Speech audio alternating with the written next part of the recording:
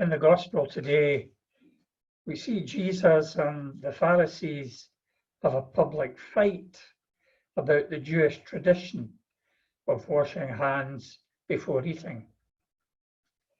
And Jesus puts the Pharisees down and their tradition along with them with a scathing denunciation.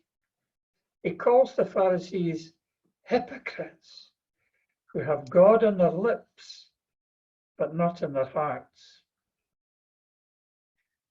So, what does this story tell us about tradition? We might think if cleaving to tradition gets the Pharisees the denunciation of the Lord, should we be thinking about dumping tradition? And yet, where would we be without tradition? Our whole religious understanding and practice, even our creeds, are shaped by tradition. The solution to the question is contained in the story. When the Pharisees asked Jesus why his disciples don't keep the tradition of hand washing, their question isn't a request for information.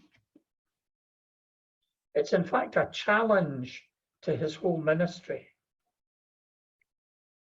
From the point of view of the Pharisee, a person couldn't be from God and not wash his hands before dinner in accordance with the tradition. A tradition hands on something precious from one generation to another. But the tradition the Pharisees cling to does not, in fact, convey the God of Moses, does it? What kind of God would make his total acceptance or rejection of a person dependent on whether or not they washed their hands before eating?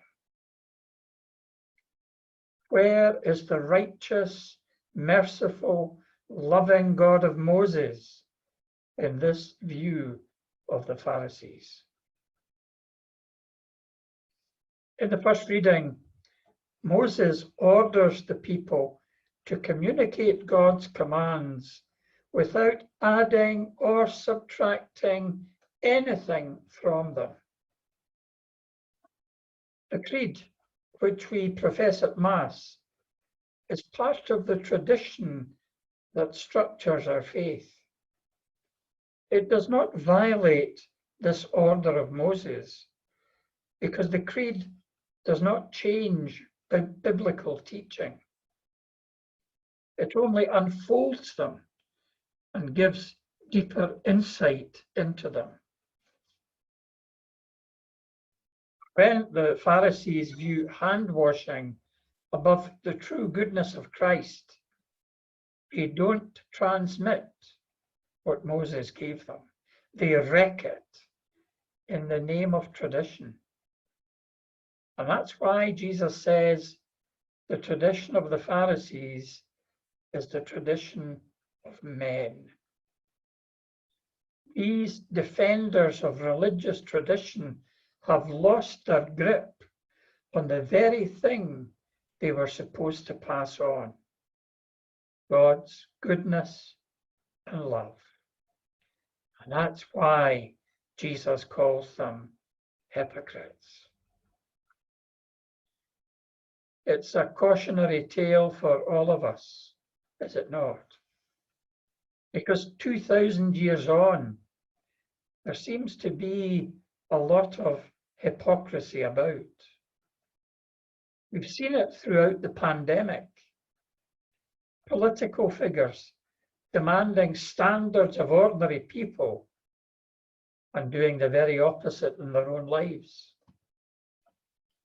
And in the church, in the last decade, we've seen leaders leading double lives. They have God on their lips, but not in their hearts. We invest so much in our appearances, it can become hard to imagine that they don't matter. We're shaped by the culture we grew up in, who believed that having the right image, wearing particular clothes, and having the right hairstyle is what's really important. We want to drive the cool car and be seen with the beautiful people. And when it comes to religion, we can be tempted to go for the right look too. We want to be seen to conform, to keep the prescribed holy days and keep the rules. We can impress ourselves so well with this. Sometimes it's hard to imagine that God is not equally impressed. But we look on the outside of the cup. God looks within. No matter how we touch up the outside, what's in our hearts is obvious to God. If we have no love, our obedience to the forms of religion is meaningless. In religion, appearances count for nothing.